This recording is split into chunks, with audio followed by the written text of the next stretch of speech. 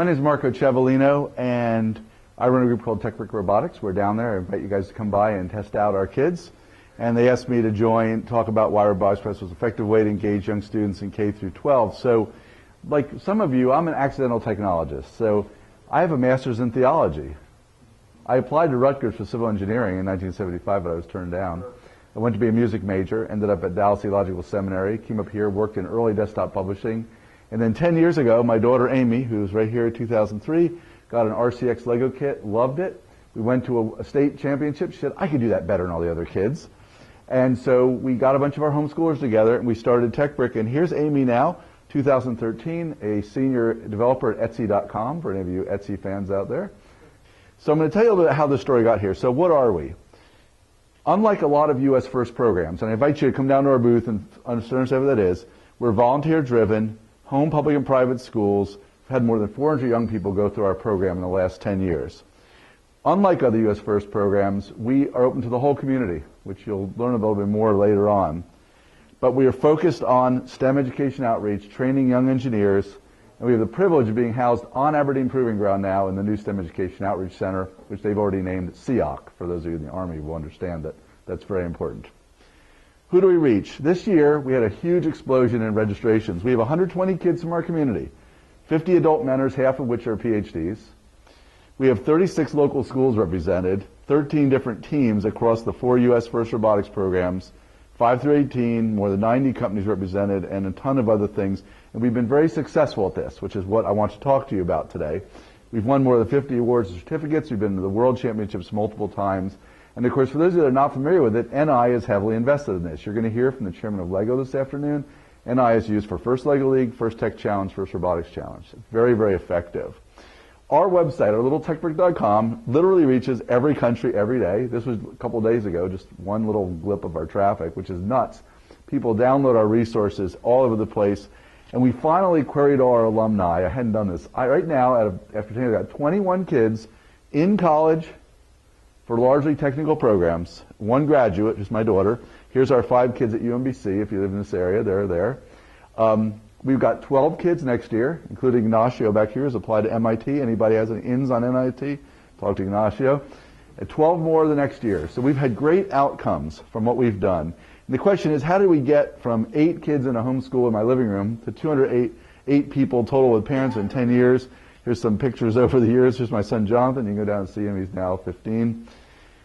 So let's look at STEM. You've heard this word. It's just thrown all around. What does it stand for? Science, technology, engineering, math. Here's the Wikipedia article.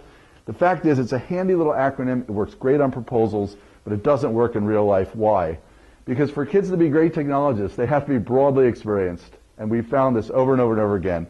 They really need to be able to do lots of things, not just, I call medicine, the missing M in STEM, but they need to be broadly scoped. As we're discovering, kids who are successful technologists have a broad reach, a broad interest, so you really end up with this. Now, this doesn't really fit well in your proposals, right? So just for you guys who are trying to figure this out, because I'm not a mathematician, I took the first letters of all these, figured out how many they were, and just made them powered. So it doesn't really mean anything whatsoever. There's just 5 M's and 2 E's and 2 C's. But this is what they need to be able to do, all these things. They need to be able to do all of this. And it's one of the things we've focused on in TechBrick. They have to be able to do research, present, identify problems. They have to produce consistent solutions. That's how they win. They have to be able to understand, apply math, communicate, use tools, and so forth. And so we have acquired a huge amount of resources to make this happen. But this is what makes effective technologists. You can't just do this. Now, my dad's a World War II veteran. He's told me many times there were young kids right out of college who were battleship captains or airplane pilots, and there's things you can do that with. We could probably train anyone here to fly an airplane. But to be a creative technologist, someone who's really going to solve problems, it's literally a lifetime of work, starting from kindergarten and up, to be very, very effective. So you can't just shake and get that. Well, you might not want that, but you can't do that, right? Now, I put this up because this is one of the favorite projects, my favorite project my daughter did at UMBC, who's now at Etsy. They had a class, they had to write their own rendering engine, and they had to render a vegetable. And these, I did a poster. These are all the permutations that Amy went through trying to render broccoli. Here's some of her code, right? But my daughter Amy is uniquely kind of skilled at this, as many of the kids are that have come through our program. She thinks in such a kind of unusually broad way that she was able to pull this off and describe broccoli mathematically. And it's a very cool poster. But to get to this little example here was all the years we worked with her on so many things.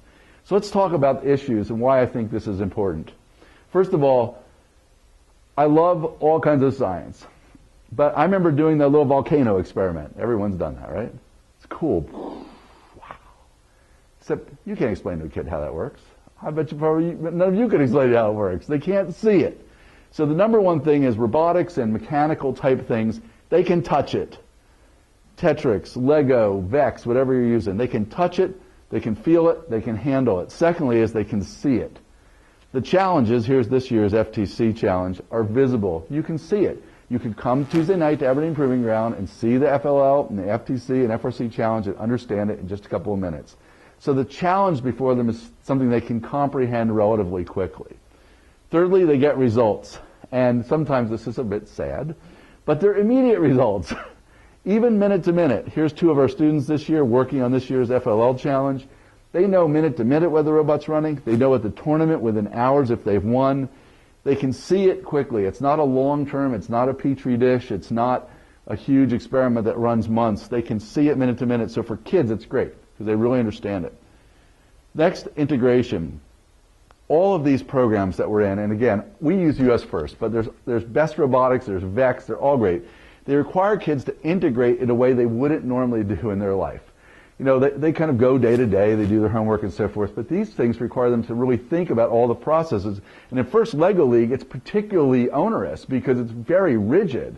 They have to do a research project, a tech presentation, a creative presentation. They have to compete on the table, and it's all autonomous, and it's very deliberate. And so they have to learn how to integrate all their skills. Next is teams. It's impossible to succeed at these things without working as a team. And every year, at some point, I'll give the kids the space shuttle illustration, because I read somewhere it takes 10,000 people a year to launch a space shuttle, right? You couldn't do that by yourself. And so it's important for them to learn. Now, some of you, maybe one of our mentors is a sole proprietor at Army Research Labs. He just does one thing all by himself, right? But that is so rare, okay? The rest of us can't get anything done unless we work with people. So we start teaching kids this down from the earliest ages in US First, starting with junior First Lego League and up. Here's our first high school team in St. Louis at Worlds this year. This was their blue hand. That wasn't like, you know, the orc thing. It was just a symbol they did. So, all right, now next they have to schedule. So all of you, I guess, because I'm looking around the room, have to actually work on schedules. You don't get unlimited time to do your projects or money or so forth. And so it's good for kids to learn this early on. Well, all these programs have a comprehensible schedule. Kids can actually understand it's 6 weeks to build an FRC robot. I've got 8 weeks to get a working FLL robot. You know, December 2, I have to show up at a tournament and actually run my robot, right? So it gives a really good way to teach kids brick wall, you know, fixed milestone targets, whatever you want to teach them, and it works incredibly well. Next is success. Now, this little sequence was shot with my old little Sony Mavica. This was our first team in 2003, and they just found out they got the last slot to states that year at Maryland, and they just went crazy, right? And I always love this sequence. GIF 89, man. Poor man's animation, best thing ever made, right? But tangible results. They can succeed or fail, but one of the great things about the US First programs and the other ones is the kids succeed. Even when they fail, they learn, because the whole environment is built around this thing called co-opetition, and there's just this huge, great culture that's been built around it. So kids learn even when they fail. And then community. You cannot get involved in these programs without being involved in a larger community, and they are extraordinary communities. I mean, the US First community is impossibly cheap. They won't buy a thing, but they're impossibly generous, just like TechBrick is. People will give you everything. The first year we went to Worlds, one of the team's robots was misshipped, disappeared. The other 100, at that time it was Vex, just came up and contributed parts, just hundreds out, and they built their robot and came back the next day and did it. You'll find us all the time. You get on the horn at any tournament and say, we need 23 inches of pneumatic tube, it'll show up at your pits in a second. Of course, people always do ask for flux capacitors, just in case you're wondering, but so forth. So this is important. So these are all the places that have visited techbrick.com over the last couple of years. Last year, our FLL teams did a Skype call with a team in China. Just really cool stuff, right? So this is so important, and they get a feel for what's out there, and there's forums and information like crazy, and then present. Every year, we talk to the kids about this one thing. You have the best idea in the world, when you go to your corporation, and you're working, and you have a great idea, and you say, I need $250,000 for a prototype, and he says it, and he says it, and she says it, and you know what? Your company does not have unlimited capital. It's not the federal government, okay? So you have to be able to express yourself, and we work hard on this. What are our two main rules, guys? Never answer yes/no question with yes or no, and never answer a question with a question, right? So there's all this component where they have to learn to communicate. We work with them. Now here's two things. This is one of my FLL teams a few years ago doing a thing on how germs travel in transportation, and this was a really neat opportunity. Our FRC robot was in a ballet this year.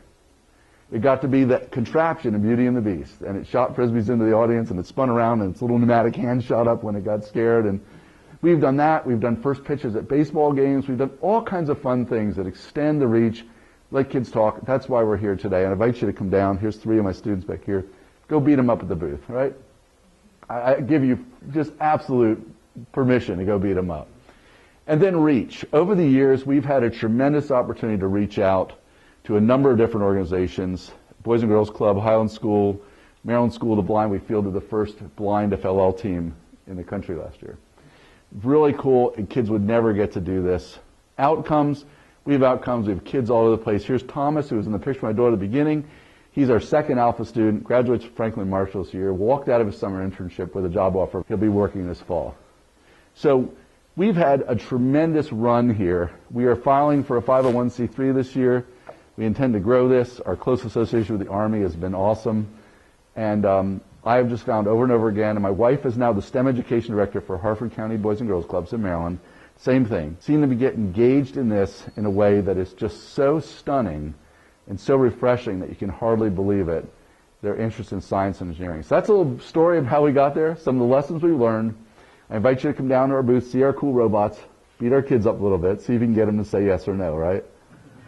So I'm going to take a couple questions on the way out. They've got some literature in the back if you want it. So any questions?